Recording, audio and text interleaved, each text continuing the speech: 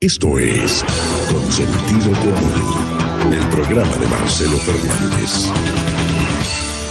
Bueno, muy bien, seguimos en CNN Radio Rosario. Vamos a conversar ahora con Vicente Palermo, que es politólogo y ensayista argentino, fundador del Club Político Argentino, ganador del Premio Nacional de Cultura en 2012 y en 2019, del Premio Conex de Platino en 2016. ¿Cómo le va, Vicente? Buen día, Marcelo Fernández, mucho gusto. Hola Marcelo, ¿qué tal? ¿Cómo estás? Muy bien, por suerte, gracias por conversar con nosotros. No, es un gusto.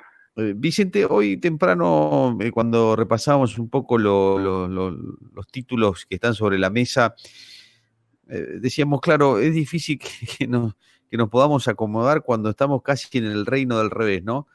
Veíamos un funcionario nacional detenido en el sur, en Neuquén, porque llevaba a una familia a una toma en Villa Mascardi. Después veíamos un señor que es un símbolo de la corrupción, por lo menos para muchos argentinos, no para todos, pero para muchos, que pudiendo estar solamente 2 años en prisión preventiva o hasta 3, estuvo 4. Tiene derecho a salir. Cuando sale, como los jueces que participaron, los fiscales y todo, toda la justicia en general que tuvo que ver con esto, no dictó en 4 años una sentencia para saber si es inocente o culpable, los vecinos impidieron que llegara a donde tenía que hacer prisión domiciliaria, se tuvo que volver a la cárcel. Eh, Cristina Fernández de Kirchner, que todo el mundo ya ve con bastante nitidez, manda y hace y deshace en su espacio, aún al punto de poner en jaque al presidente. Son cosas raras, Vicente. No me diga que no nos pegamos un tiro en los pies, como se dice, que no generamos errores no forzados que nos complican todo el tiempo. Me gustaría conocer su visión, si es tan amable.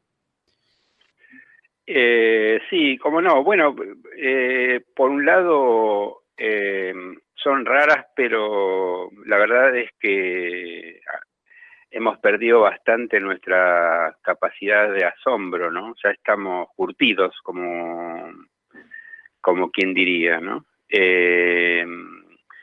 Y estas experiencias, quizás el tema es que se están concentrando, digamos, en el tiempo una gran cantidad, de lo cual es sin duda preocupante, muy preocupante, pero por otro lado las conocemos, es decir, en su naturaleza no son realmente, no son nuevas, pero lamentablemente porque son...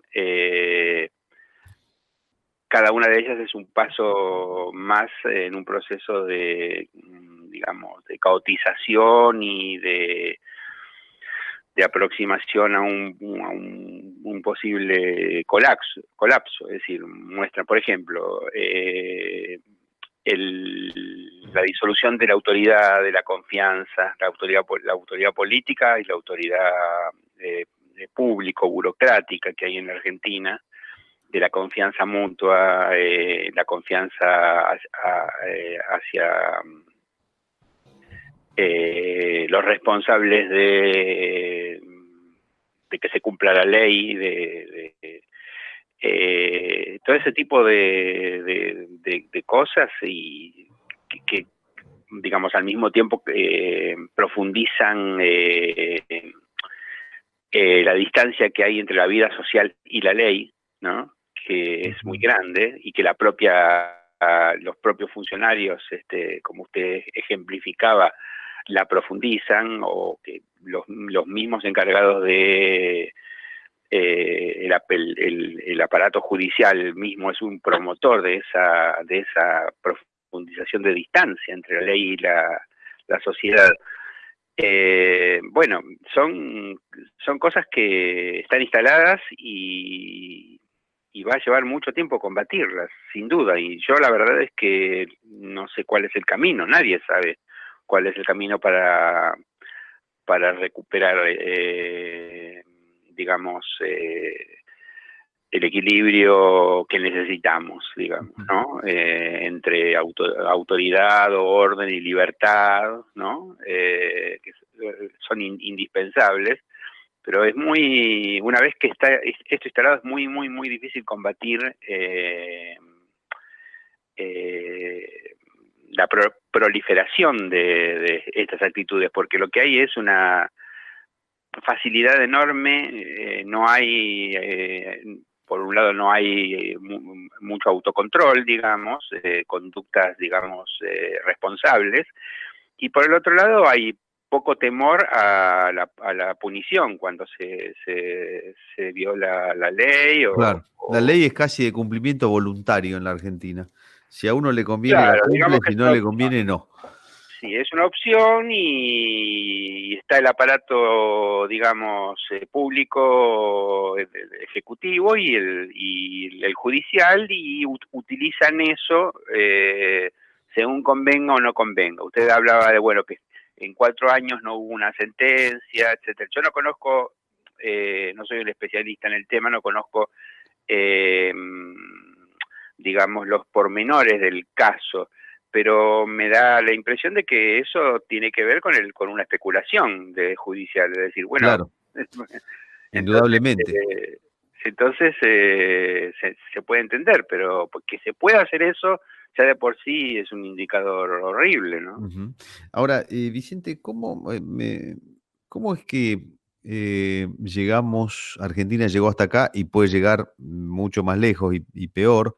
¿O cómo los países, pongamos Venezuela, se van complicando cada vez más de la mano o atrás de una persona que parece concentrar todo el poder? Hay un artículo suyo que he leído por allí, en donde justamente usted se pregunta cómo ciudades o naciones enteras se encolumnan atrás muchas veces de un tirano, en este caso de alguna persona, de una persona que parece controlar absolutamente todas las voluntades de su espacio y finalmente de algún otro espacio también.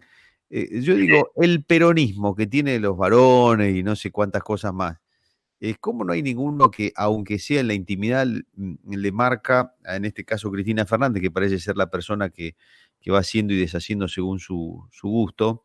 ¿Cómo no hay nadie que le dice, no, mira, Cristina, esto no, porque esto es inconveniente o esto no se puede? Ya no digo ni siquiera públicamente, ¿cómo no se lo plantean o le resisten en la intimidad y todo el mundo va atrás de cosas que evidentemente están en contra, en muchos casos, de la democracia y de la república? Claro, es difícil explicarlo en pocas palabras, ¿no? Pero a mí me parece que esa tendencia,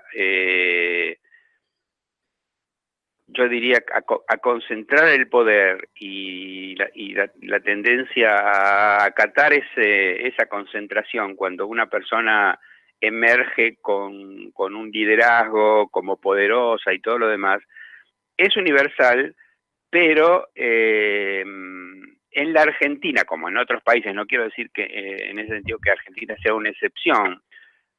En Argentina lo que pasa es que los controles, los mecanismos de control cultural, institucional, político contra eso, no reaccionan, están muy debilitados, tardan en reaccionar. Entonces, no hay efectividad lo que ocurre es que las alternativas, cuando emergen esas alternativas, no tienen, yo diría que les falta terreno en las cuales consolidarse. No estoy hablando tan en abstracto, es decir, lo que quiero decir es, ya conocemos el kirchnerismo. El kirchnerismo hizo las cosas muy claramente en sus primeras gestiones, y hubo reacciones sociales y hubo reacciones políticas, ¿no? Uh-huh. Hubo reacciones políticas y fue desplazado del gobierno. Y sin embargo, volvió 4 años después, y volvió diciendo, bueno, ahora tenemos toda la fuerza de nuestra parte y no la vamos a dejar pasar, ahora sí vamos por todo. ¿Me entiende? Sí. Eso quiere decir que no es tan fácil derrotar a una estructura política digamos, decidida, con voluntad de poder, para decirlo clásicamente, con voluntad de poder, y algunas personas que tienen dentro de esa estructura tienen por un lado un fuerte apoyo electoral y por otro lado capacidad por lo menos para hacerlo, eso, no para gobernar, pero sí para hacer eso. O sea, porque fuerzas como la kirchnerista, que me disculpen los kirchneristas, pero tienen 10 veces más habilidad para conseguir el poder que para usarlo bien, para administrarlo bien. Entonces, yo creo que van al desastre, y en este momento, no sé, ojalá me equivoque por el bien de la Argentina, ¿no? Pero me parece que el riesgo de un colapso es extremadamente alto. Y bueno, ¿por qué? Bueno, yo diría que en parte tiene que ver el poder, tiene que ver con la naturaleza del poder y con la naturaleza de las redes de interés, ideología, cultura, política que se crea alrededor del poder. Eso no falta nunca en ningún lado. El tema es si las sociedades son capaces de ponerle freno, o, bueno, la experiencia de Macri fue una bella fracasada porque se equivocaron, hicieron las cosas mal, o porque gobernaron para los ricos, cosa que no pienso, o porque tuvieron mala suerte, o por lo que fuera. Bueno, no lo sé, la verdad es que no quiero entrar en eso ahora, pero lo que sí sé es que es curioso, porque la pregunta suya me hace pensar en el sentido de que hubo un ciclo, ¿no? Es decir, hubo un ciclo de concentración del poder, ejercicio concentrado del poder, con muy malos resultados, y sin embargo 4 años después vuelven, ¿no? Sí. Y la sociedad tiene que